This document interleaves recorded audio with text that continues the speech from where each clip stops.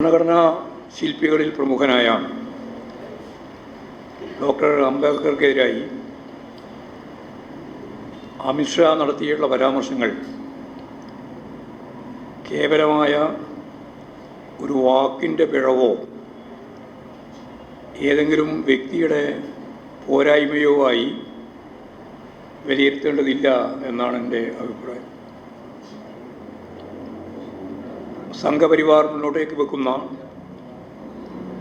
രാഷ്ട്രീയ സമീപനമാണ് ഇദ്ദേഹത്തിലൂടെ പുറത്തു വന്നിട്ടുള്ളത്. 1966 ഗോൾവാൾക്കറുടെ വിചാരധാര എന്ന അവരുടെ പ്രത്യശാസ്ത്രം പോലെ അംഗീകരിച്ച രേഖയിൽ അദ്ദേഹം അവതരിപ്പിച്ച കാഴ്ചപ്പാട് പരിശോധിച്ചാൽ ഇതിൻ്റെ യാഥാർത്ഥ്യം മനസ്സിലാവും. ഇന്ത്യയിലെ ജനങ്ങൾ എങ്ങനെയാണ് രൂപപ്പെട്ടു വന്നത് എന്നത് സംബന്ധിച്ചുള്ള അവരുടെ അഭിപ്രായം വിരാട പുരുഷൻ്റെ തലയിൽ നിന്നാണ്. അതാണല്ലോ ഏറ്റവും പ്രധാനപ്പെട്ട ശരീരഭാഗം. അവിടെയാണ് ബ്രാഹ്മണനും. ക്ഷത്രിയൻ കൈകളിൽ നിന്നാണ്. വൈശ്യൻ ഊരുക്കളും, ശൂദ്രർ പാദങ്ങളിൽ നിന്നും. ഇങ്ങനെയാണ് കേരളീയ സമൂഹം, ഇന്ത്യൻ സമൂഹം രൂപപ്പെട്ടത് എന്നാണ് ഈ 1966 ഗോൾവാൾക്കറുടെ വിചാരധാരയിലെ സാമൂഹ്യ നിർമ്മിതിയുടെ സങ്കല്പം. അപ്പോൾ ഇവിടെ ഈ ഒരു വിഭാഗത്തിലും പെടാത്ത ചണ്ടാള വിഭാഗമാണ് എന്ന് പറഞ്ഞാൽ പട്ടികജാതി, പട്ടികവർഗം, മറ്റ് പിന്നോക്ക ജനവിഭാഗം. അവർ ഈ ചാതുർവർണ്ണ്യത്തിലും ഉൾപ്പെടുന്നില്ല. അത് രൂപപ്പെട്ടത് എങ്ങനെയാണ് എന്നതിനെ സംബന്ധിച്ച് അവർക്ക് വ്യക്തതയുണ്ട്. അങ്ങനെയുള്ളവരെ യഥാർത്ഥത്തിൽ മനുഷ്യനായി പരിഗണിക്കുക എന്നതുപോലും ഇവർക്ക് ഒരു തരത്തിലും സങ്കല്പിക്കാൻ പോലും സാധിക്കുന്ന ഒന്നല്ല. അതുകൊണ്ടാണ് അംബേദ്കറെയും അവരുൾപ്പെടെ മുന്നോട്ടേക്ക് വെച്ച നിലപാടുകളെയും അതിശക്തിയായി സംഘപരിവാർ പ്രത്യശാസ്ത്രം ആക്രമിക്കുന്നത്. ഒരുതരം പരിഹാസ്യമായ നിലപാടാണ് അംബേദ്കർ ഉൾപ്പെടെയുള്ള ഈ പട്ടികജാതി, പട്ടികവർഗ, അവർണ ജനവിഭാഗങ്ങളോട് ഇവർ സ്വീകരിക്കുന്നത് എന്ന് നമുക്കറിയാം. അംബേദ്കർ ഉൾപ്പെടെ പ്രധാനപ്പെട്ട പങ്കുവഹിച്ച് രൂപപ്പെടുത്തിയ ഭരണഘടനയോട് ഇവരുടെ മാനസികാവസ്ഥ ഞാൻ നേരത്തെ പറഞ്ഞ ഒരുതരം പുച്ഛം തന്നെയാണ്. അതുകൊണ്ടാണ് ജനാധിപത്യത്തിന് അടിത്തറയായ ഭരണഘടനയ്ക്ക് പകരം മനുസ്മൃതിയെ അടിസ്ഥാനപ്പെടുത്തിയുള്ള പറഞ്ഞാൽ ചാതുർവർണ്ണ വ്യവസ്ഥയെ അടിസ്ഥാനപ്പെടുത്തിയുള്ള ഒരു ഭരണഘടനയാണ് ഇന്ത്യക്ക് വേണ്ടത് എന്ന് ഇവർ വാദിച്ചുകൊണ്ടിരിക്കുന്നതിൻ്റെ അടിസ്ഥാനം അതാണ്. അതുകൊണ്ടാണ് കഴിഞ്ഞ പാർലമെൻറ്റ് തിരഞ്ഞെടുപ്പിൻ്റെ ഭാഗമായിട്ട് അവർ ഞങ്ങൾക്ക് 370 സീറ്റ് മുതൽ 430 സീറ്റ് വരെ ലഭിക്കും. അത് വെറുതെ ഒരു ആഗ്രഹ പ്രകടനം മാത്രമായിരുന്നില്ല. അതിൻ്റെ അടിസ്ഥാനം ഇന്ത്യൻ ഭരണഘടന സമൂലമായിട്ട് മാറ്റാൻ മനുസ്മൃതിയിൽ അധിഷ്ഠിതമായ ചാതുർവർണ്ണ വ്യവസ്ഥ ഉൾക്കൊള്ളുന്ന ഒരു ഭരണഘടന രൂപപ്പെടുത്താം.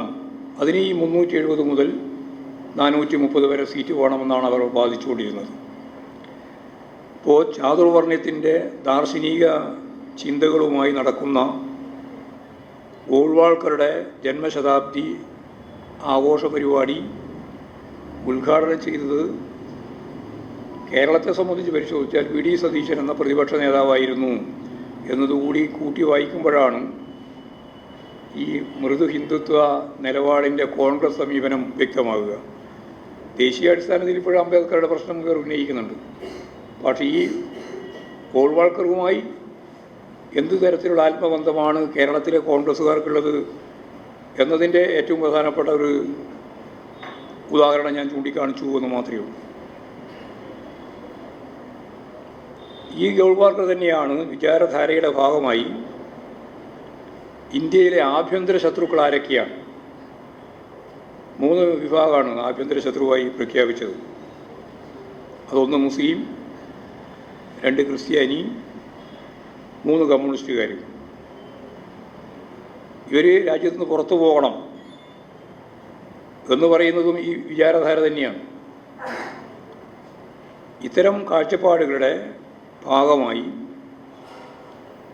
വിചാരധാരയെയും അതിൻ്റെ പ്രത്യശാസ്ത്രപരമായ ഉള്ളടക്കത്തെയും പാടി പുകഴ്ത്തുന്നവരാണ് BJPക്കാർ എന്ന് മാത്രമല്ല കേരളത്തിലെ നല്ലൊരു വിഭാഗം കോൺഗ്രസ്സുകാർ എന്നും ഈ സന്ദർഭത്തിൽ ചൂണ്ടിക്കാണിക്കാൻ ആഗ്രഹിക്കുക. ഇത്തരമൊരു നിലപാട് സ്വീകരിച്ച ഒരാൾക്ക് മന്ത്രിസ്ഥാനത്തിരിക്കാൻ അർഹതയില്ല എന്ന് ഞാൻ പ്രത്യേകിച്ച് പറയേണ്ടതില്ല. അമിത്ഷായെ മന്ത്രിസ്ഥാനത്ത് നിന്ന് ഒഴിവാക്കേണ്ടുന്ന ഏറ്റവും ശരിയായ ഒരു നിലപാട് അവർ സ്വീകരിക്കേണ്ടതാണ്. പക്ഷേ സ്വീകരിക്കാൻ സാധിക്കാതിരിക്കുന്നത് ഇത് അംബേദ്കറെ സംബന്ധിച്ചുള്ള ഈ നിലപാട് യഥാർത്ഥത്തിൽ അമിത്ഷായുടെ മാത്രം നിലപാടായി എന്നുള്ളത് കൊണ്ടല്ല. ഇവരെല്ലാം ആഗ്രഹിക്കുന്നത് ഇതേ നിലപാടിൻ്റെ ഭാഗമായിട്ടാണ് എന്നുള്ളതാണ്. അപ്പോൾ യഥാർത്ഥത്തിൽ രാജിവെക്കുകയോ അല്ലെങ്കിൽ പുറത്താക്കുകയോ ചെയ്യണം എന്നുള്ളതാണ് ജനാധിപത്യപരമായ മുദ്രാവാക്യം. എല്ലാവരും അംഗീകരിക്കേണ്ടുന്ന ഒരു കാര്യം അതായിട്ടാണ് എനിക്ക് തോന്നിയിട്ടുള്ളത്. വളരെ പ്രധാനപ്പെട്ട വേറൊരു കാര്യം കരുവന്നൂർ കേസുമായിട്ട് ബന്ധപ്പെട്ടതാണ്. കരുവന്നൂർ ബാങ്ക് അവിടെ നടത്തിയിട്ടുള്ള തെറ്റായ പ്രവണതകൾ,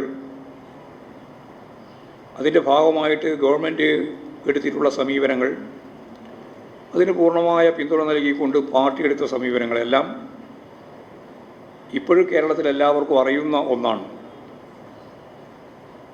ഇന്നത്തെ പരിസ്ഥിതിയിൽ ആ ബാങ്കിനെ ഗവൺമെൻറ് സംവിധാനം കൂടി ഉപയോഗപ്പെടുത്തി മെച്ചപ്പെട്ട നിലയിൽ മുന്നോട്ടേക്ക് നയിക്കുന്ന സ്ഥിതിയാണ് ഇപ്പോഴുണ്ടായിട്ടുള്ളത്. അപ്പോൾ പ്രശ്നം പരിഹരിക്കുന്നതിന് വേണ്ടിയുള്ള വഴികളിലേക്കാണ് യഥാർത്ഥത്തിൽ കാര്യങ്ങൾ നീങ്ങിയത്. സഹകരണ മേഖലയിലുള്ള ഇത്തരം പോരായ്മകൾക്ക് തീർച്ചയായിട്ടും പരിഹാരം കണ്ട് അത്തരം സഹകരണ സംഘങ്ങളെയും പൊതുവെ സഹകരണ പ്രസ്ഥാനത്തെയും സംരക്ഷിച്ചു പോവുക, അത് ഭരിക്കുന്നത് ആരെയെന്ന് നോക്കിയിട്ടല്ല, സഹകരണ പ്രസ്ഥാനങ്ങളെ പൊതുവിൽ മുന്നോട്ടേക്ക് നയിക്കാൻ ഉതകുന്ന സമീപനം സ്വീകരിക്കുക എന്നുള്ളതാണ് CPIM എക്കാലവും സ്വീകരിച്ചിട്ടുള്ളത്. ഇതിൻ്റെ ഒരു ഘട്ടത്തിൽ ED ഈ കേസുമായിട്ട് കടന്നു വരികയും കേസന്വേഷണം രാഷ്ട്രീയ തലത്തിലേക്ക് നീക്കാൻ, അതാണ് അവരുടെ ഏറ്റവും പ്രധാനപ്പെട്ട അജണ്ട. ബാങ്ക് സംരക്ഷിക്കുകയോ ബാങ്കിൻ്റെ ഭാഗമായിട്ടുള്ള നഷ്ടപ്പെട്ടു പോയിട്ടുള്ള പണം കണ്ടെത്തുകയോ ചെയ്യുക എന്നുള്ളതല്ല. CPIMനെ എങ്ങനെയാണ് കടന്നാക്രമിക്കുക എന്ന അജണ്ട ഉപയോഗപ്പെടുത്തി നിരവധി പാർട്ടി നേതാക്കൾക്കെതിരായിട്ട് അന്വേഷണവും അതിൻ്റെ ഭാഗമായ ചോദ്യം ചെയ്യലും ഉൾപ്പെടെ നടത്തുകയുണ്ടായി. പാർട്ടി ജില്ലാ സെക്രട്ടറി MM വർഗീസിനെതിരായി അന്വേഷണത്തോടുള്ള അന്വേഷണം, അതുപോലെ തന്നെ മൊയ്തീൻ MLAക്കെതിരായി അന്വേഷണം, PK ബിജു അന്വേഷണത്തിൻ്റെ ഭാഗമായിട്ട് നേരിട്ട് ഹാജരാവണമെന്ന് ചൂണ്ടിക്കാണിച്ച കാര്യം, കണ്ണനെ സംബന്ധിച്ചിടത്തോളം ഇതേപോലെ തന്നെ നിലപാട് എന്ന് പറഞ്ഞാൽ പാർട്ടി എന്തോ ഇത്തരം കളവുകൾക്ക് കൂട്ടുനിൽക്കുന്നു എന്ന് വരുത്താനാണ് ED. അതിന് പൂർണ്ണമായ പിന്തുണ നൽകിയിട്ടുള്ളവരാണ് മാധ്യമങ്ങളിൽ ഒരു വലിയ വിഭാഗം. എല്ലാ മാധ്യമങ്ങളും ഞാൻ പറയുന്നില്ല, ഒരു വലിയ വിഭാഗം മാധ്യമങ്ങളും അതിന് പൂർണ്ണമായിട്ട് കൂട്ടുനിൽക്കുകയും അതിൻ്റെ ഭാഗമായിട്ടാണ് അവിടെ പാർട്ടി ലോക്കൽ കമ്മിറ്റി അംഗമായിരുന്ന PR അരവിന്ദാക്ഷനെ കേസിൽ പ്രതിയായി കഴിഞ്ഞ 15 മാസം അദ്ദേഹത്തിന് ജാമ്യം പോലും കൊടുക്കാതെ ജയിലിൽ കിടക്കുകയും ഇപ്പോഴേറ്റവും അവസാനം അദ്ദേഹത്തിൻ്റെ ജാമ്യവുമായിട്ട് ബന്ധപ്പെട്ട് ഹൈക്കോടതി കേസുകൾ പരിശോധിച്ചപ്പോൾ ഇദ്ദേഹത്തെ ജയിലിലടച്ച് മതിയായ ഒരു കാരണവും പറയാതെ ഇ ഡി കേസ് തെറ്റായ രീതിയിലാണ് കൈകാര്യം ചെയ്തത് എന്ന് പരസ്യമായിട്ട് പറയുന്ന നിലയുണ്ടായി. അത് എവിടെയും ചർച്ച ചെയ്തിട്ടില്ല. ഒരു മാധ്യമവും അതിൻ്റെ മേലെ എന്തെങ്കിലും രീതിയിലുള്ള കമൻറ്റ് ഉണ്ടാക്കിയില്ല. ഞാൻ എല്ലാ സമയവും പറയുന്നത് പോലെ നിങ്ങളുടെ വർഗപരമായ കാഴ്ചപ്പാട് വെച്ചുകൊണ്ട് അതിനെ സംരക്ഷിക്കുന്ന ഇ ഡിയെ സംരക്ഷിക്കുന്ന നിലപാടാണ് യഥാർത്ഥത്തിൽ സ്വീകരിച്ചത്. പാർട്ടിക്കെതിരായിട്ട് കടന്നാക്രമണം നടത്താൻ ഉപയോഗിച്ച ഒരു പേരും ഒരു കേസുമായിരുന്നു അരവിന്ദാക്ഷൻ്റെയും അതുപോലെ തന്നെ കരുവണ്ണൂർ കേസ് എന്നുള്ളതാണ് ഞാൻ ചൂണ്ടിക്കാണിച്ചത്. അപ്പോൾ അങ്ങനെ അദ്ദേഹത്തിന് ജാമ്യം തന്നെ കൊടുത്തു. ഒരു കാര്യമായ കേസായിട്ട് ഇതിനെ പരിഗണിക്കാൻ പറ്റില്ല എന്ന് ഹൈക്കോടതി തന്നെ പറയുന്ന നിലയിലേക്ക് എത്തുകയും ചെയ്തു. അപ്പോൾ ഇതിൻ്റെ ഭാഗമായിട്ട് വലിയ പ്രചരണമാണ് കേരളത്തിലുടനീളം പാർട്ടിക്കെതിരായി അരവിന്ദാക്ഷൻ അറസ്റ്റ് ചെയ്യപ്പെട്ടു എന്ന് പറഞ്ഞുകൊണ്ട് നടത്തിയിട്ടുള്ള പ്രചാരവേല. അപ്പോൾ കള്ള പ്രചാരവേല നടത്തുക, സത്യസന്ധമായിട്ട് പിന്നീട് കോടതി തന്നെ അതിൽ അങ്ങനെയുള്ള ഒരു കേസും ഇല്ല എന്ന് പറഞ്ഞാൽ ആ കാര്യം തമസ്കരിക്കുക. ഇതാണ് മാധ്യമധർമ്മത്തിൻ്റെ ഭാഗമായിട്ട് നിങ്ങൾ ചെയ്തുകൊണ്ടിരിക്കുന്ന കാര്യം. ഇതിൻ്റെ ഭാഗമായിട്ടാണ് കേന്ദ്ര ഏജൻസികൾ വാർത്തകൾ മാധ്യമങ്ങൾക്ക് തെറ്റായ രീതിയിൽ നൽകുകയും പൊടിപ്പും തൊങ്ങലും വെച്ച് വാർത്തകൾ പ്രസിദ്ധീകരിക്കുകയും ചെയ്തിട്ടുള്ളത്. ഞാൻ നേരത്തെ പറഞ്ഞ പോലെ MLA-മാർ ഉൾപ്പെടെയുള്ളവരെ ഇതിൻ്റെ ഭാഗമായിട്ട് ചോദ്യം ചെയ്യുന്നു. CPIM-ൻ്റെ തന്നെ അക്കൗണ്ട് 6ഓളം അക്കൗണ്ടുകൾ മരവിപ്പിക്കുന്നു. കേട്ടുകേൾവിയില്ലാത്ത രീതിയിലുള്ള നിലപാടുകളാണ് ഇ ഡി യഥാർത്ഥത്തിൽ CPM-നെതിരായി പ്രത്യേകിച്ച് തിരഞ്ഞെടുപ്പെല്ലാം നടക്കുന്ന പാർലമെൻറ്റ് തിരഞ്ഞെടുപ്പെല്ലാം നടക്കുന്ന ആ സന്ദർഭത്തിൽ എടുത്തിട്ടുള്ളത്. ഇങ്ങനെയുള്ള കള്ളപ്രചരണങ്ങൾ അത് കേസാക്കി പിന്നീട് ഗൗരവതരമായിട്ട് ഈ കേസുകളൊന്നും ഇ ഡി പിന്നീട് കൈകാര്യം ചെയ്യുന്നില്ല എന്ന് സുപ്രീം കോടതി പറഞ്ഞ വിമർശനം എത്രത്തോളം ശരിയാണ് എന്നുള്ളതാണ് ഈ പ്രശ്നവുമായിട്ട് ബന്ധപ്പെട്ട് നമുക്ക് മനസ്സിലാക്കാൻ സാധിക്കുക. പാർട്ടി ഓഫീസുകൾ നിർമ്മിക്കുമ്പോൾ അത് പ്രാദേശിക തലത്തിലുള്ള ഓഫീസാണെങ്കിൽ പോലും പാർട്ടി നിലപാടനുസരിച്ച് പാർട്ടി ജില്ലാ കമ്മിറ്റി സെക്രട്ടറിയുടെ പേരിലാണ് കേരളത്തിലുടനീളം വസ്തുവും അതുപോലുള്ള കാര്യങ്ങളും രജിസ്റ്റർ ചെയ്യുന്നത്. ഇതാണ് ഇ ഡി വലിയ വളരെ ഗൗരവമുള്ള പ്രശ്നമായിട്ട് ചൂണ്ടിക്കാണിച്ചത്. അവിടെ പുറത്തശ്ശേരി ലോക്കൽ കമ്മിറ്റി ഓഫീസിൻ്റെ നിർമ്മിതിക്ക് വേണ്ടി ഭൂമി വാങ്ങിയപ്പോൾ അതിന് അഴിമതി പണം ഉപയോഗിച്ചു എന്നാണ് പറയുന്നത്. ഞങ്ങളെല്ലാ ലോക്കലിലും ബ്രാഞ്ചിലും ഒക്കെ ഓഫീസുണ്ട്. ഓഫീസെല്ലാം എടുക്കണമെങ്കിൽ എല്ലാം പാർട്ടി DC-യുടെ സെക്രട്ടറി ആരാണോ സെക്രട്ടറിൻ്റെ പേരിലാണ് രജിസ്റ്റർ ചെയ്ത് വെക്കുന്നത്. ഇതെല്ലാം തെറ്റായ രീതിയിൽ പ്രചരിപ്പിച്ച് യഥാർത്ഥത്തിൽ CPM വിരുദ്ധ പ്രചാരവേലക്ക് ആക്കം കൂട്ടുന്നതിന് വേണ്ടിയുള്ള ശ്രമമാണ് നടത്തിയിട്ടുള്ളത്. യഥാർത്ഥ രാഷ്ട്രീയ പകപോക്കലാണ് ഇതിൻ്റെ ഭാഗമായി ചോദ്യം ചെയ്യൽ ഉൾപ്പെടെയുള്ള കാര്യങ്ങളുടെ ഭാഗമായി നടന്നത് എന്ന് ഇപ്പോഴും പകൽ വെളിച്ചം പോലെ വ്യക്തമാക്കിയിരിക്കുകയാണ്. എന്നാൽ വളരെ ഗൗരവമുള്ള പ്രശ്നമായിരുന്നു ഇ ഡിയുടെ മുമ്പിലുണ്ടായിരുന്നത് കൊടകര കുഴൽപ്പണ കേസ്. അത് കൈകാര്യം ചെയ്യാനോ ആ കേസ് ശരിയായ രീതിയിൽ ഹൈക്കോടതി പറഞ്ഞിട്ട് പോലും ഹൈക്കോടതിക്ക് ഉറപ്പ് നൽകിയിട്ട് പോലും ആ കേസ് കൈകാര്യം ചെയ്യുന്നതിന് ഒരു നിലപാടും ഇ ഡി സ്വീകരിച്ചിട്ടില്ല.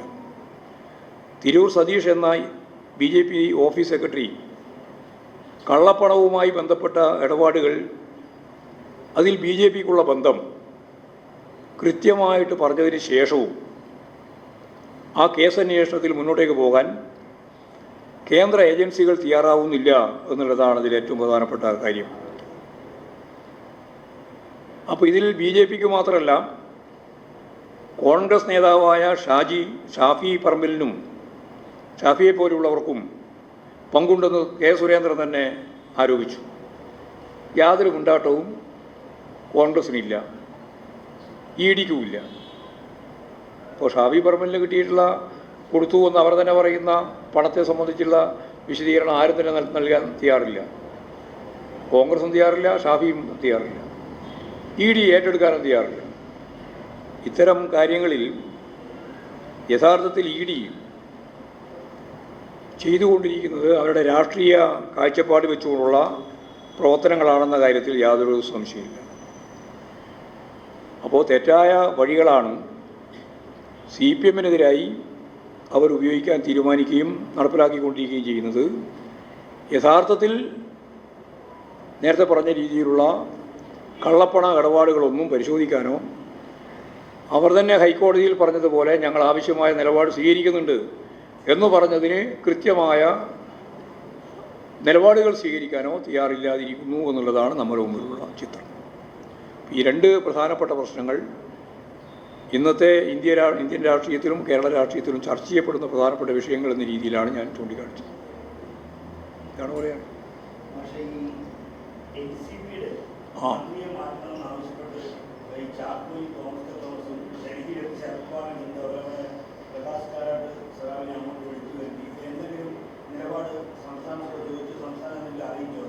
ഇല്ല ഞങ്ങൾ അറിയിച്ചില്ല. അതിന് അവർ തീരുമാനിക്കണ്ടേ, ഞങ്ങൾക്കതിന് അത് വേറെ തീരുമാനിക്കാനൊന്നുമില്ല.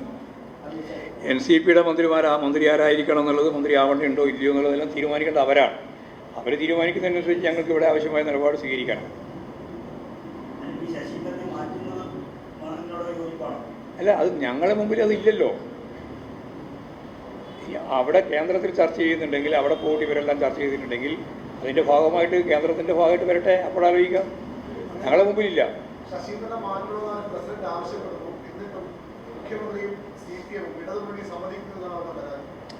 ആ പരാതി നമ്മുടെ മുമ്പിലില്ല. നിങ്ങളുടെ മുമ്പിൽ ഞങ്ങളുടെ മുമ്പിൽ അങ്ങനെ ഒരു പരാതിയില്ല.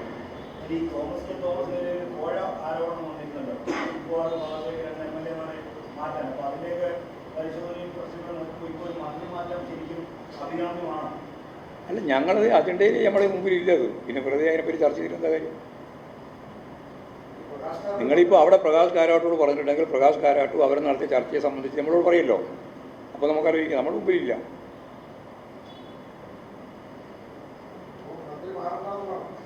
ഞാൻ പറഞ്ഞതിൽ എല്ലാം ഉൾച്ചേർത്തിട്ടുണ്ട്. നിങ്ങൾ പറഞ്ഞത് കേന്ദ്ര നേതൃത്വം ചർച്ച ചെയ്തിട്ടുണ്ട് എന്നാണ്. കേന്ദ്ര നേതൃത്വം ചർച്ച ചെയ്ത് കഴിഞ്ഞാൽ സ്വാഭാവികമായിട്ടും ഞങ്ങൾ അറിയേണ്ടതും ഞങ്ങൾ നിലപാട് സ്വീകരിക്കേണ്ടതുമാണ് പ്രശ്നമെങ്കിൽ നമ്മുടെ മുമ്പിൽ വരുമല്ലോ.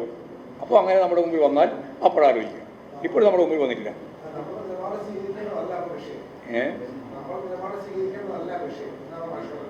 അല്ല, ഞങ്ങളല്ല നിലപാട് സ്വീകരിക്കേണ്ടത്. അത് അവിടെ നിന്ന് തീരുമാനിക്കേണ്ടതാണ്, അവർ തീരുമാനിക്കേണ്ടതാണ്. അവരെ പാർട്ടിക്കകത്ത് തന്നെയുള്ള പ്രശ്നങ്ങളുമായി ബന്ധപ്പെട്ട് അവരും അതുപോലെ തന്നെ മറ്റു പാർട്ടികളുമായി ഉഭയകക്ഷി ചർച്ചയൊക്കെ നടത്തിയിട്ട് എന്തെങ്കിലും കാര്യം നമ്മളോട് പറയേണ്ടതുണ്ടെങ്കിൽ ഞങ്ങളത് കേൾക്കുക, മനസ്സിലാക്കുക, നിലപാട് സ്വീകരിക്കുക. അങ്ങനെയല്ലേ ചെയ്യാൻ പറ്റുള്ളൂ. ഞങ്ങളുടെ മുമ്പിൽ ഇപ്പോഴില്ല.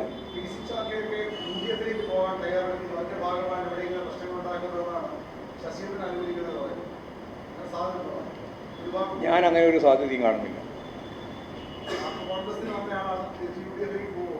ആര്? അതൊക്കെ നിങ്ങളൊക്കെ ആഗ്രഹമാണ്. ആഗ്രഹം എന്നോട് ചോദിച്ചിട്ട് എന്താ കാര്യം?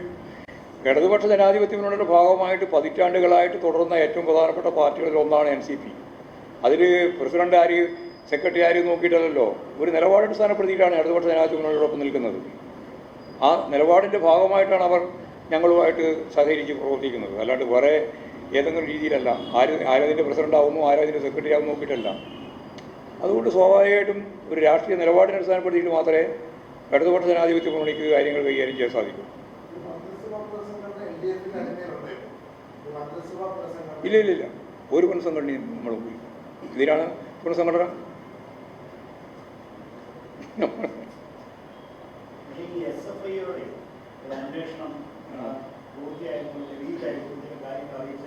ഓ,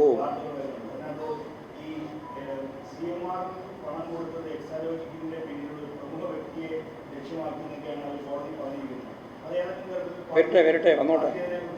ഇല്ല, ഞങ്ങളത് ആലോചിക്കുന്ന പ്രശ്നമില്ല. ഞങ്ങൾക്ക് അതിൻ്റെ അകത്ത് ഉത്കണ്ഠപ്പെടേണ്ട ഒരു കാര്യമില്ല. ഞാൻ നേരത്തെ പറഞ്ഞതല്ല. കമ്പനിയായിട്ട് ബന്ധപ്പെട്ട കാര്യങ്ങളെല്ലാം കമ്പനിയിൽ നിന്ന് ചർച്ച ചെയ്തോളാം. ഗവൺമെൻറ്റിന് അതിനുമായി ബന്ധപ്പെട്ട് എന്തെങ്കിലും പ്രശ്നമുണ്ടെങ്കിൽ അവരുമായിട്ട് ചർച്ച ചെയ്തോളാം. ഞങ്ങൾക്ക് അതിലൊന്നും പ്രശ്നമില്ല. ഞങ്ങളതിൽ ഒറ്റ കാര്യം മാത്രമേ എടുത്തിട്ടുള്ളൂ. അതിനെ രാഷ്ട്രീയമായിട്ട് പാർട്ടിക്കെതിരായും പിണറായിക്കെതിരായിട്ട് നടത്താൻ ശ്രമിച്ച ശ്രമത്തെ ഞങ്ങൾ പ്രതിരോധിച്ചിട്ടുണ്ട്. അത് ഇന്നലെയും പ്രതിരോധിച്ചിട്ടുണ്ട്, ഇന്നും പ്രതിരോധിക്കും, നാളെയും പ്രതിരോധിക്കും. അതിൻ്റെ അപ്പുറത്ത് ഞങ്ങൾക്ക് അതിനകത്ത് വേറെ ഒരു കാര്യമില്ല.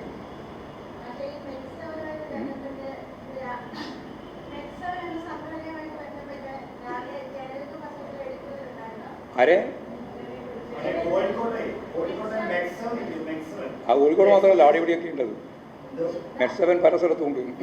അത് കോഴിക്കോട് മാത്രമാണ്. ആരാ പറഞ്ഞങ്ങളോട്? ആര്? ഇല്ല ഇല്ല. എന്താ വ്യക്തമാക്കിയത്? എന്താ വ്യക്തമാക്കിയത്?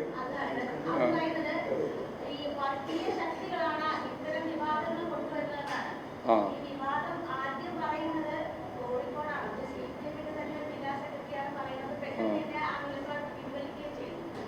അപ്പോൾ അത് CPM നിലപാടല്ലാതെ വ്യക്തമായല്ലോ. മനസ്സിലായില്ലേ? അതായത് CPM-ൻ്റെ നിലപാടാണെങ്കിൽ പിന്നെ പിൻവലിക്കൂലല്ലോ. അതാ കാര്യം. ഞങ്ങൾക്ക് ഓരോന്നിനെ സംബന്ധിച്ചും കൃത്യമായ നിലപാടുണ്ട്. ആ നിലപാട് ഏതെല്ലാം എങ്ങനെയെല്ലാം ഈ വർഗീയ ശക്തികളും തീവ്രവാദ പ്രസ്ഥാനങ്ങളും വിവിധങ്ങളായ മേഖലയിൽ ഇടപെടുന്നുണ്ട് എന്നുള്ളതിനെപ്പറ്റി എല്ലാമുള്ള വ്യക്തതയുണ്ട് ഞങ്ങൾക്ക്.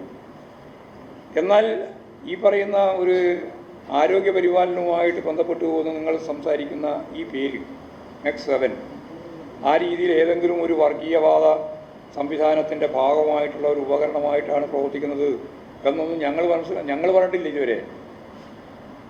അതുകൊണ്ട് കൃത്യമായ നിലപാട് വെച്ചുകൊണ്ടേ പറയാൻ സാധിക്കുള്ളൂ.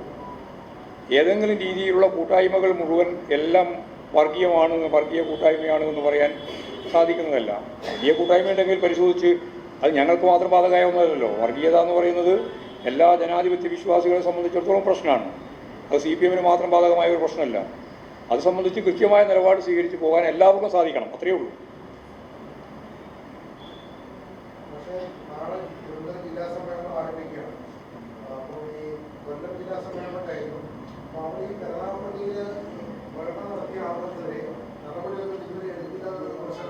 വിമർശനമൊന്നുമില്ല. അങ്ങനെ നിങ്ങൾക്കൊരു ആഗ്രഹമുണ്ട് മാത്രം. ഞങ്ങൾ പാർട്ടി സംഘടനാപരമായിട്ട് എന്ത് നടപടി എടുക്കേണ്ട എന്നുള്ളതെല്ലാം പാർട്ടിയുടെ ആഭ്യന്തര കാര്യമാണ്. അത് പാർട്ടി തീരുമാനിക്കും. അത് പറയാൻ പറ്റില്ല. അങ്ങനെ ഇപ്പം പറയാൻ പറ്റില്ല. പാർട്ടി തീരുമാനിക്കും. സമയമെടുക്കും. കുറച്ച് സമയം നിങ്ങൾ കാത്തിരിക്കേണ്ടി വരും.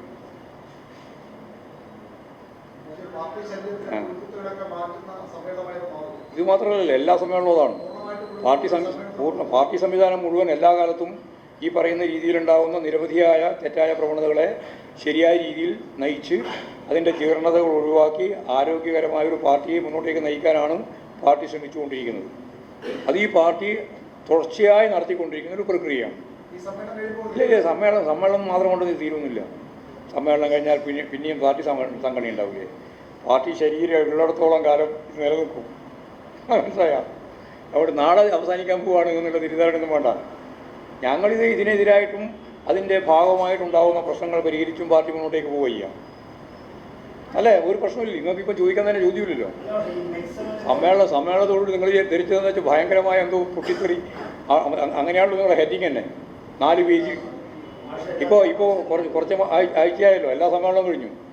ബ്രാഞ്ച് സമ്മേളനം 38,000 ബ്രാഞ്ച് സമ്മേളനം കഴിഞ്ഞു. 2444 ഈ 6-7 ഒഴിച്ച് ബാക്കി മുഴുവൻ ലോക്കൽ സമ്മേളനം കഴിഞ്ഞു. മിക്കവാറും ഏരിയ സമ്മേളനവും 2 ദിവസം കൊണ്ട് തീരാൻ പോവാണ്. 1ാമത്തെ ജില്ലാ സമ്മേളനം കൊല്ലത്ത് കഴിഞ്ഞു. 2ാമത്തെ ജില്ലാ സമ്മേളനം ഇവിടെയും വയനാടും നാളെ ആരംഭിക്കാനും പോവുകയാണ്. ഒരു പ്രശ്നമില്ലാതെ ഈ പാർട്ടി സമ്മേളനങ്ങളൊക്കെ പൂർത്തീകരിക്കുക എന്നുള്ളതാണ് പാർട്ടി നിലപാട്. അത് ആ അജണ്ട അനുസരിച്ച് തന്നെ കൃത്യമായിട്ട് കൈകാര്യം ചെയ്ത് പോകുന്നു എന്നുള്ളതാണ് നിങ്ങളുടെ വാർത്തയൊന്നും ഇപ്പോൾ പുതുതായിട്ട് വരാതിരിക്കുന്നതിൻ്റെ അടിസ്ഥാനം. ഞാൻ പറഞ്ഞു. നിങ്ങൾ ശ്രദ്ധിച്ചോ?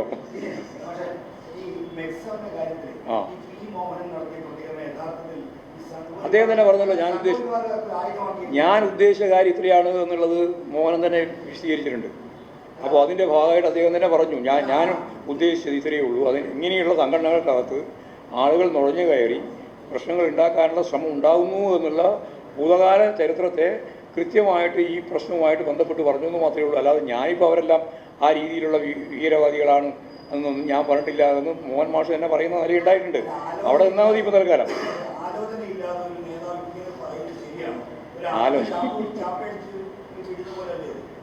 ഇതിൻ്റെ അകത്ത് പാർട്ടി നിലപാടാണ് ഞാൻ പറഞ്ഞത്. പാർട്ടിക്ക് ഏതെങ്കിലും ഒരു വിഭാഗത്തിൻ്റെ മറ്റേ കായികമായ പരിശീലനമോ അതിൻ്റെ ഭാഗമായിട്ട് നിൽക്കുന്ന എന്തെങ്കിലും കാര്യങ്ങൾ എന്തെങ്കിലുമോ വർഗീയമാണ് എന്നുള്ള അഭിപ്രായം ഞങ്ങൾക്കില്ല.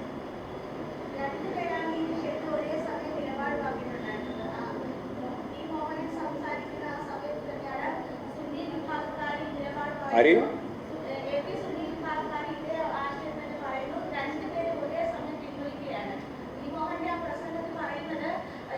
കേട്ടിൻ്റെ പ്രസംഗമല്ല ഇനി അതിനെപ്പറ്റി വിശദീകരിക്കുന്നു. നേരത്തെ ഞാൻ പറഞ്ഞല്ലോ കാര്യം, അതിന് മറുപടി പറഞ്ഞു. പാർട്ടി നിലപാട് ഏതെല്ലാം മേഖലയിൽ എങ്ങനെയെല്ലാം വർഗീയവാദികളും തീവ്രവാദികളും അതുപോലെ ഭീകരശക്തികളും ഇടപെടുന്നുണ്ടോ എന്നുള്ളത് സൂക്ഷ്മമായിട്ട് ജനാധിപത്യ സമൂഹമാകെ ഗൗരവപൂർവ്വം വീക്ഷിക്കുക. അതിൻ്റെ അപ്പുറത്ത് ഇന്നതിൻ്റെ അകത്താണ് ഇത് കയറിയിട്ടുള്ളത്, ഇന്നതിലാണ് കയറാതിരിക്കുന്നത് എന്ന് ഇപ്പം പറയേണ്ട കാര്യമില്ല എന്നാണ് ഞാൻ നേരത്തെ പറഞ്ഞത്. അത് വളരെ പകൽ വെളിച്ചം പോലെ വ്യക്തമാണ് ഞാൻ പറഞ്ഞത്. ഇതിനകത്ത് ഒരു സംശയത്തിനും അടിയും.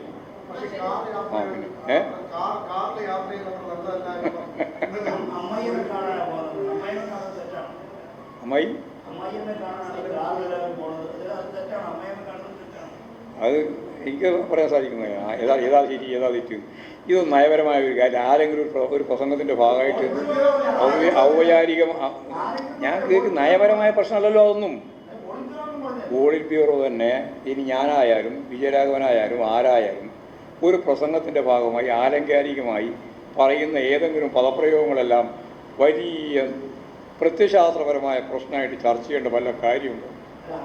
അങ്ങനെ കാര്യമില്ല എന്നാണ് എൻ്റെ അഭിപ്രായം. അല്ല, ആര് പറഞ്ഞാലും അതൊരു പ്രത്യയശാസ്ത്ര പ്രശ്നമായിട്ട് കൈകാര്യം ചെയ്യേണ്ട കാര്യമില്ല. ഒരു സമ്മേളനത്തിൻ്റെ ഭാഗമായിട്ട് അതിൻ്റെ പൊതുസമ്മേളനം ഉദ്ഘാടനം ചെയ്യുമ്പോൾ അവിടെ വന്ന ചില കാര്യങ്ങളും എല്ലാം കൂടി ചേർത്തുകൊണ്ട് ആലങ്കാരികമായി പറഞ്ഞ കാര്യമായിട്ട് കണ്ടാൽ മതി. അതല്ലാതെ അതിനെ പർവ്വതീകരിച്ച് അതിൻ്റെ മേലെ വേറൊന്നും കിട്ടുന്നില്ല കുറേ കാലമായിട്ട്. അതുകൊണ്ട് ഒരു പ്രശ്നം ഉണ്ടാക്കാൻ വേണ്ടി നടക്കുക നിങ്ങൾക്ക് മാധ്യമത്തിന്. അല്ലാണ്ട് കോടതിയൊന്നുമല്ല. കുറച്ച് ദിവസമായിട്ട് ഒരു കാര്യം ഒരു ഇര കിട്ടിയില്ല CPM-നെതിരായിട്ട്. അപ്പോഴാണ് ഇങ്ങനെ കാറ് പോകുന്നത്, ബസ് പോകുന്നത്. ആരെ? ആ,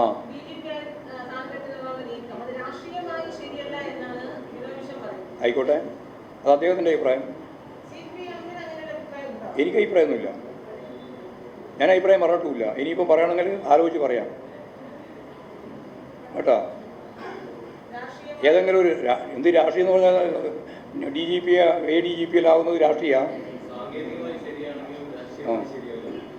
അദ്ദേഹത്തിൻ്റെ അഭിപ്രായം അത്. ആ അഭിപ്രായത്തിനോട് എനിക്ക് യോജിപ്പില്ല. അദ്ദേഹം പറയുന്ന മുഴുവൻ കാര്യങ്ങളോട് ഞാൻ യോജിച്ചോളെന്ന് പറയണം. നിർബന്ധം പിടിക്കേണ്ട കാര്യം എന്താ ഉള്ളത്? എനിക്ക് എൻ്റെതായ നിലപാട് സ്വീകരിക്കണമെങ്കിൽ ഞങ്ങൾ ചർച്ച ചെയ്ത് ആവശ്യമായ നിലപാട് സ്വീകരിക്കണ്ടേ? അത് സ്വീകരിച്ചില്ല, ഞങ്ങൾ തീരുമാനിച്ചില്ല. അത് സംബന്ധിച്ച് ചർച്ച ചെയ്തിട്ടില്ല. അതല്ലേ ഞാൻ പറഞ്ഞാൽ മനസ്സിലായില്ല മലയാളത്തിൽ. അത് ചർച്ച ചെയ്ത് തീരുമാനിക്കണം. അല്ലാണ്ട് ഞാൻ ഒറ്റയ്ക്ക് മറുപടി പറയാം. നയപരമായ തീരുമാനം സർക്കാർ എടുത്താൽ ആ നയപരമായ തീരുമാനത്തോട് എന്ത് നിലപാടാണ് സ്വീകരിക്കേണ്ടത് എന്ന് CPM-നെ സംബന്ധിച്ചിടത്തോളം ചർച്ച ചെയ്ത് തീരുമാനിക്കേണ്ടിയുണ്ടെങ്കിൽ ഞങ്ങൾ ചർച്ച ചെയ്ത് തീരുമാനിക്കും. എന്നിട്ട് പറയും പോരെ.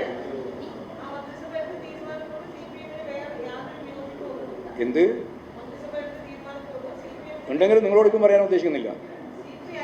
നിങ്ങളോടിപ്പോൾ പറയാൻ ഉദ്ദേശിക്കുന്നില്ല. CPI പറഞ്ഞിട്ടുള്ള കാര്യത്തിനോട് യോജിക്കാനും ഇപ്പം ഞാൻ ഉദ്ദേശിക്കുന്നില്ല. വേറെ എന്തെങ്കിലും നമുക്ക് നോക്കാം. വേറെ എന്തെങ്കിലും നമുക്ക് ആലോചിച്ച്. അതല്ലേ ഞാൻ പറഞ്ഞു, ഇതിൽ കൂട്ടായ പ്രസ്ഥാനമല്ലേ. ഞങ്ങൾക്ക് ഇപ്പോൾ ഒരു കാര്യം കേട്ട ഉടനെ തന്നെ നിങ്ങളൊരു ചോദ്യം ചോദിച്ച ഉടനെ തന്നെ ഞാൻ മറുപടി പറയുക. ഞാൻ നിങ്ങളോട് പറയുന്ന മറുപടിയല്ല, ഞങ്ങൾ മുമ്പ് ചർച്ച ചെയ്ത് തീരുമാനിച്ച കാര്യങ്ങളെ അടിസ്ഥാനപ്പെടുത്തിയ മറുപടിയാണ്. അല്ലാണ്ട് നിങ്ങൾ ചോദിച്ച ഉടനെ ഞാനൊരു മറുപടി പറയാമെന്ന് നിങ്ങൾ ധരിച്ചിട്ടുള്ളത്. നിങ്ങൾ ജനങ്ങൾക്ക് വേണ്ടിയാണ്. ഏത് ജനങ്ങൾക്ക്? കേരളത്തിലെ മാധ്യമങ്ങൾ ജനങ്ങൾക്ക് വേണ്ടി ചോദിക്കുന്ന ചോദ്യം എന്താണെന്ന് എല്ലാവർക്കും അറിയാം. കേരളത്തിലെ മുഴുവൻ ആൾക്കും അറിയാം. അതാണ് നേരത്തെ പറഞ്ഞത്. കരുവണ്ണൂർ ബാങ്കിൻ്റെ പ്രശ്നം വന്നപ്പോൾ ED എടുത്ത നിലപാടിൻ്റെ ഭാഗമായി ഞങ്ങളുടെ പാർട്ടിയുടെ അക്കൗണ്ട് ഉൾപ്പെടെ മരവിപ്പിച്ചു. അവിടെ ലോക്കൽ കമ്മിറ്റി സെക്രട്ടറി ഉൾപ്പെടെ ജയിലിലടച്ചു. 15 മാസമായി. കോടതി പറഞ്ഞു ഇതെന്തിൻ്റെ കാര്യത്തിനാണ് ജയിലിലടച്ചതെന്ന്. നിങ്ങൾ വാർത്ത കൊടുത്തോ ജനങ്ങൾക്ക് വേണ്ടി? എന്ത് വാർത്ത കൊടുത്തു? ആര് കൊടുത്തു? നിങ്ങൾ ആരും വായിക്കുന്ന സ്ഥലത്ത് കൊടുക്കൂല. യേശാവിന് ഒരു തീയതി കൊടുത്തിട്ടുണ്ട്. അപ്പോൾ ജനങ്ങൾക്ക് വേണ്ടി ചോദിക്കുന്നതെന്ന് പറയണ്ട കേട്ടോ. ജനങ്ങളെല്ലാം വളരെ വളരെ വ്യത്യസ്തമാണ്. വേറെ നിങ്ങൾ ചോദിക്കുന്നതിന് ചോദ്യത്തിൻ്റെ ഉത്തരവില്ല. എനിക്ക് നന്നായി അറിയുന്നുണ്ട്. ജനങ്ങൾ ഞാൻ പറഞ്ഞത് പാർട്ടി എന്ന് പറഞ്ഞാൽ അടിസ്ഥാനപരമായിട്ട് ജനങ്ങളാണെന്നാണ്. നിങ്ങൾക്ക് എന്ത് അറിയാൻ എന്ത് കാര്യം? പറഞ്ഞോ. നിങ്ങൾ പറയുന്നതോട് ഞങ്ങൾക്ക് കുഴപ്പം. നിങ്ങൾ പറയുന്നതിനെ നിരന്തരമായിട്ട് ലംഘിച്ചുകൊണ്ടാണല്ലോ ഞങ്ങൾ പറഞ്ഞുകൊണ്ടിരിക്കുന്നത്. നിങ്ങളൊന്ന് ലംഘിക്കും, ആയിക്കോട്ടെ, അതല്ലേ ജനാധിപത്യം. ആ മതിയായി, നേരത്തെ പറഞ്ഞു മതി, അതിനോട് പറഞ്ഞു കഴിഞ്ഞു.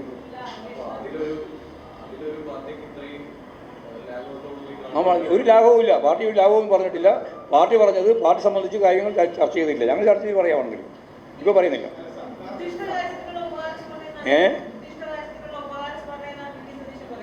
അതെല്ലാം എന്തൊക്കെയോ പറയുന്ന കൂട്ടത്തിലാണെന്ന് ഞാനിപ്പോൾ അതിനൊന്നും മഴ പറയാൻ ഉദ്ദേശിക്കുന്നില്ല. സതീശൻ പറയുന്ന കാര്യത്തിന് മുഴുവൻ മഴ പറയാൻ പുറപ്പെട്ടാൽ ഞാൻ എത്ര പ്രാവശ്യമായി പറഞ്ഞുകൊണ്ടിരിക്കുന്നു നിങ്ങളോട് തന്നെ. ഗോൾവാൾക്കറുടെ ഏറ്റവും പ്രധാനപ്പെട്ട ഒരു പരിപാടിയുടെ മുമ്പിൽ പോയി ഉദ്ഘാടനം ചെയ്ത് പ്രാർത്ഥിച്ച ആളാണ് ഈ പറയുന്ന വി.ഡി. സതീശൻ. എന്തിൻ്റെ മതനിരപേക്ഷതയെ അദ്ദേഹം പറയുക? അമ്മാതിയുള്ള വർത്തമാനം പറയുന്ന ആളുകളാണ് അവരോടൊന്നും ഞാനിപ്പോൾ പറയാൻ ഉദ്ദേശിക്കുന്നില്ല. എന്തും പറയും. അങ്ങനെയാണ്. ഇത് കരുകോല് സിദ്ധാന്തമാണ്. അദ്ദേഹം മുമ്പ് അങ്ങനെ ആയിരുന്നില്ല. എനിക്ക് എല്ലാം നല്ല പരിചയമുള്ള ആളല്ലേ വി.ഡി. സതീശൻ. നന്നായിട്ട് സംസാരിക്കുന്നയാൾ, മാന്യതയോടുകൂടിയാണ് പെരുമാറുക.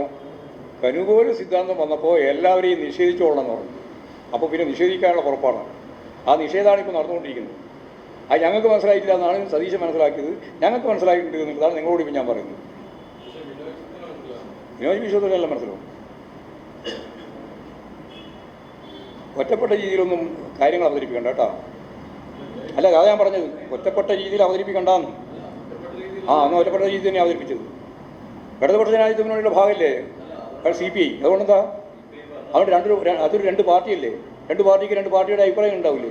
അത് കേട്ട ഉടനെ തന്നെ ആ ചോദ്യം അതിൻ്റെ ഒപ്പം ചേർത്ത് പറഞ്ഞതിൻ്റെ എന്തടിസ്ഥാന? നിങ്ങളുടെ പൊളിറ്റിക്സ് എന്ന് പറയുന്നത്, രാഷ്ട്രീയം എന്ന് പറയുന്നത് ഒരു സാധാരണ മാധ്യമ പ്രവർത്തകന് ചേർന്നതല്ല കേട്ടോ. അത് മനസ്സിലാക്കിക്കുമ്പോൾ ഉടനെ അതിന് അപ്പോൾ ഒരു ചാൻസ് കിട്ടി ചോദിക്കാൻ. ഉടനെ ഒരു ചോദ്യം.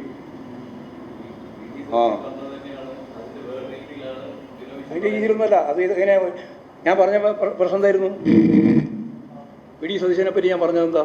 വി.ഡി. സതീശനോട് പറഞ്ഞത് RSSൻ്റെ ഏറ്റവും പ്രധാനപ്പെട്ട ദാർശനികനായ ഗോൾവാൾക്കറുടെ ഏറ്റവും പ്രധാനപ്പെട്ട ഒരു ചടങ്ങിൽ അദ്ദേഹത്തിൻ്റെ ഫോട്ടോ വെച്ച് അതിനെ വഴങ്ങി അതിൻ്റെ ഭാഗമായി ഉദ്ഘാടന പ്രസംഗം നടത്തി. അങ്ങനെയുള്ള ഒരാളാണ് ആര്? വി.ഡി. സതീശൻ. എന്ന് ഞാൻ പല പത്രസമ്മേളനത്തിൽ നിങ്ങൾ ആരും കൊടുക്കില്ല. അതിനെപ്പറ്റി പറഞ്ഞപ്പോൾ ഉടനെ തന്നെ അങ്ങനെ തന്നെയാണോ? അങ്ങനെയാ ചോദിച്ചത്. ശരി, മതി. വെറുതെ ആവശ്യമില്ലാതെ ചർച്ച നിൽക്കുന്നത്. എന്തെങ്കിലും ഒരു കാമ്പുണ്ടാവണം ചർച്ചക്കൊക്കെ കേട്ടോ. എവിടെയെങ്കിലും പോയി എന്തെങ്കിലും ചോദിച്ചാൽ പോലും ശരിയാവില്ല. ചോദിച്ചു തരും. എനിക്ക് ഞാൻ വളരെ അസ്വസ്ഥത ഇല്ലാണ്ടാണ് ഞാൻ സംസാരിച്ചുകൊണ്ടിരിക്കുന്നത്. എനിക്കെന്തിനാ അസ്വസ്ഥ? നിങ്ങൾ ചോദിച്ചതിൻ്റെ കാര്യത്തിൽ ഞാൻ അസ്വസ്ഥപ്പെടേണ്ട വല്ല കാര്യം ഉണ്ടായിരിക്കും. അങ്ങനെ വിജയിക്കണ്ട കേട്ടോ. അങ്ങനെ ആരെങ്കിലും ചോദ്യം ചോദിച്ചാൽ ഉടനെ അസ്വസ്ഥപ്പെട്ട് വേറെ എന്തെങ്കിലും പറയുന്നു നിങ്ങൾ വിചാരിക്കും വേണ്ട കേട്ടോ. മനസ്സിലായില്ലേ? അല്ല, അങ്ങനെയുള്ള അസ്വസ്ഥത ഇല്ലാന്ന് പറഞ്ഞു മനസ്സിലായില്ലേ? പിന്നെ വീണ്ടും പറഞ്ഞുകൊണ്ടിരിക്കണ്ട. അങ്ങനെ ഇപ്പോൾ പറഞ്ഞുകൊണ്ടാണ്. അമ്മാതിരിയുള്ള വർത്തമാനമല്ലല്ലോ നമ്മൾ പറയേണ്ടത്. നമ്മൾ ന്യായമായ ജനാധിപത്യമായ ചോദ്യം ഉത്തരവല്ലേ നമ്മൾ പറയേണ്ടത്.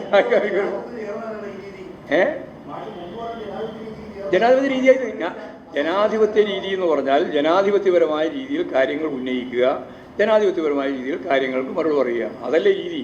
അതിൻ്റെ ഏതെങ്കിലും ഒരു ഭാഗത്ത് വെച്ചിട്ട് ഉടനെ താൻ ആഗ്രഹിക്കുന്ന രീതിയിൽ വേറെ എന്തോ ഒരു കാര്യം അവതരിപ്പിക്കാൻ പാടില്ലല്ലോ. അത് ശരിയല്ലല്ലോ. ശരിയായ സമയം നിങ്ങൾക്ക് അസ്വസ്ഥത ഉണ്ടാകുന്ന അത് ശരി. അതൊന്ന് നോക്കാം. നിങ്ങൾക്ക് അസ്വസ്ഥത ഉണ്ടാകുന്ന പക്ഷെ നിങ്ങൾ നേരെ എന്നെയാ പറയുന്നത്. എനിക്ക് അസ്വസ്ഥത ഉണ്ടാകുന്നതാണ് നിങ്ങൾ പറയുന്നത്. എനിക്ക് അസ്വസ്ഥത ഇല്ല. എന്നാ പിന്നെ പ്രശ്നമില്ല. യാതൊരു സംശയമില്ല. ജനാധിപത്യപരമായ ഉള്ളടക്കം തന്നെയാണ്. അതായത് വി.ഡി. സതീശനുമായിട്ട് ബന്ധപ്പെട്ട ഗോൾവാൾക്കറുടെ പ്രശ്നത്തിൻ്റെ മേലെ ഞാൻ സംസാരിച്ചുകൊണ്ടിരിക്കുമ്പോൾ ഇങ്ങനെ തന്നെയാണോ CPIയുടെ സംസ്ഥാന സെക്രട്ടറിയുടെ നിലപാട് എന്ന്, അതിനെങ്ങനെയാണോ സ്വീകരിക്കുന്നത് എന്ന് പറഞ്ഞാൽ അത് യാതൊരു പരസ്പര ബന്ധമില്ലാത്ത ചോദ്യമല്ലേ. ആ ചോദ്യം അങ്ങനെ ചോദിക്കേണ്ടതെന്നാണ് ഞാൻ പറഞ്ഞത്. അതിൽ തന്നെ ഞാൻ ഇപ്പോൾ ഉള്ളത്. അത്രയേ ഉള്ളൂ. നിങ്ങൾക്ക് എന്ത് വേണമെങ്കിൽ പറയാം. നിങ്ങൾക്ക് ആവശ്യം നാളെ മലയാള മനോരമയിൽ ഇങ്ങനെ ഒരു ഹെഡിങ് വേണം. CPIM സംസ്ഥാന സെക്രട്ടറി ബിനോയ് വിശ്വം എന്ന CPI സംസ്ഥാന സെക്രട്ടറിയെ തള്ളിപ്പറഞ്ഞു എന്നുള്ള വാർത്തകൾ ഉണ്ടാക്കാനല്ലേ. അതിലൊന്നും ഞങ്ങൾക്ക് യാതൊരു ഉൾക്കണ്ടിയില്ല. ഞങ്ങൾ രണ്ട് പാർട്ടിയായിട്ട് പ്രവർത്തിക്കുമ്പോൾ ആ പാർട്ടിയുടെ വ്യത്യസ്തതയുള്ള നിലപാടുകൾ ചിലപ്പോൾ പറഞ്ഞു എന്ന് വരും. പക്ഷേ ഞങ്ങളൊരു പൊതുവായ കാഴ്ചപ്പാട് വെച്ച് ഇടതുപക്ഷ ജനാധിപത്യ മുന്നണി എന്ന രീതിയിൽ കൂട്ടായി യോജിച്ച് ആരെക്കാളും കൂടുതൽ ബന്ധം CPIയുമായിട്ട് ബന്ധപ്പെട്ട് പോകുന്ന പാർട്ടിയാണ് CPIM. ഇനിയിപ്പോൾ അതിനകത്ത് സംശയം ഉണ്ടാവേണ്ട കാര്യമില്ല. ഇനി എന്ത് കാര്യം കൊടുത്താലും എനിക്ക് കുഴപ്പമില്ല.